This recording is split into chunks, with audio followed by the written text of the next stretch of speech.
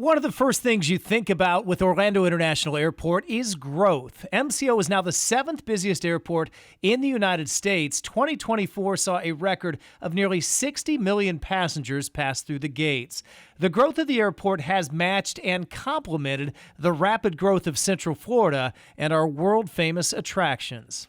People are still moving here to Central Florida. The number may fluctuate a little bit on the number of net people moving into the Central Florida area, but they're still moving here, right? You still see, look at the new service we just announced last week to Madrid with Iberia, right? The thing that we see consistently is the growth in the international connection, because people are starting to see Orlando as that connection point. And so all those different aspects are just positioning us to say it's just going to continue, and you're exactly right. You know, you've heard me say in some of my presentations the $41 billion economic impact annually that we provide for the region, just as much as Disney does. And when you tell people that, they're like, they just didn't comprehend that, but it kind of goes hand in hand. This airport is not only a multimodal hub, it's really a connection point, and it's really taking people from place to place and point to point, providing job opportunities, providing a lot of skills and development opportunities. And so as this community continues to grow and our partners continue to provide offerings in the sense of Epic, right? That's just going to create more of that attraction for people to come here. You heard that correctly. The $41 billion economic impact matches Disney's impact. Moving millions of visitors is an ongoing challenge. Take the Sunshine Corridor planning, for example. It's an east-west expansion of Sunrail connecting Orlando International to the Orange County Convention Center, International Drive, and Disney Springs. We get groups that come in to help us facilitate, we being the community, Sunshine Corridor. They still don't realize that that train station that opened in 2017 was designed for it to accommodate it. All you have to do is build the platform. Level 3 of that train station is where Sunrail comes in.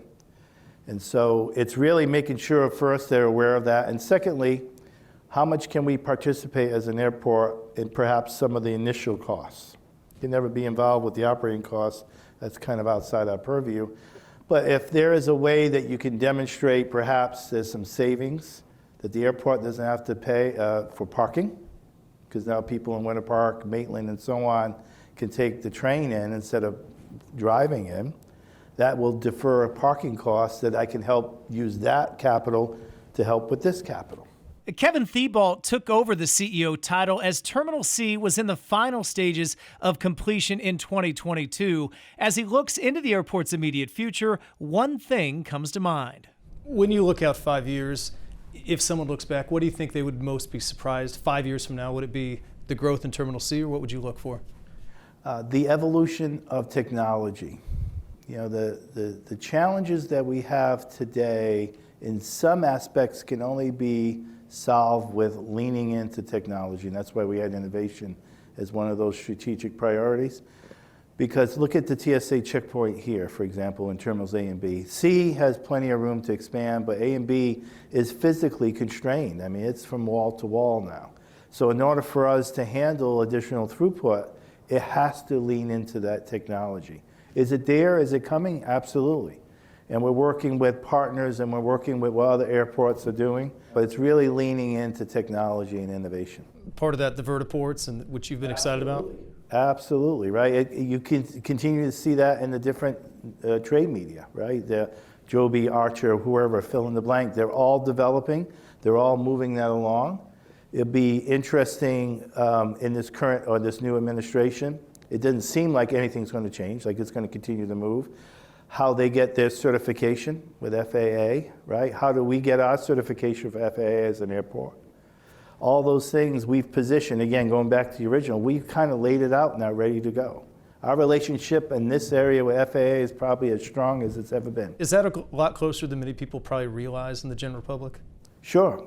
The aircraft developers are, there's been some consolidation. There's been a few that have kind of fallen off because of funding, but the core has still stayed there, and they're continuing to move that down.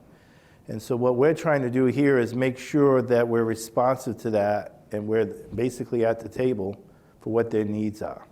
And part of that new technology you can expect is a faster TSA process, similar to what Disney Parks has implemented with facial and body scanning. There is technology out there that they're testing so that most passengers, especially if they're the TSA pre-check and so on, they're literally just walking through, sort of like Disney Springs, right? Now, the bag still has to go in its own way, but the divesting of things, you limit that as much as you can, right? And you can get more per minute or per hour, whatever the threshold is. The dynamic we have here, and that's what makes Orlando so unique, and our TSA Federal Security Director tells all his peers, we have more wheelchairs and more strollers than any airport in this country. The airport is already among a small handful of facilities testing out new technology. Thibault also pointing out that Orlando is the world's largest rental car market. A brand new consolidated rental car facility, or CONRAC, is also in the long-term plans. It will be on the south side of the airport near the 417, one of the many projects that new CEO Lance Little will inherit. He's going to be able to say, hey, let's reconfirm this is the right location, this is how we're going to approach delivery method, all that. I hope, he's going to come to the solution of we've got to come up and create more parking opportunities, and that this is one of those options. And there's other benefits from the CONRAC, but that, it's really all teed up for him to take that to the next level, right? The pedestrian bridge, you talk about those in Terminal C. Now Thibault will hand off the reins of the growing airport to Lance Little. He is coming from Seattle's airport. Lance has a great background. He's going to do a tremendous job, rooted in IT. So we talked about technology. So he should be leaning in on that.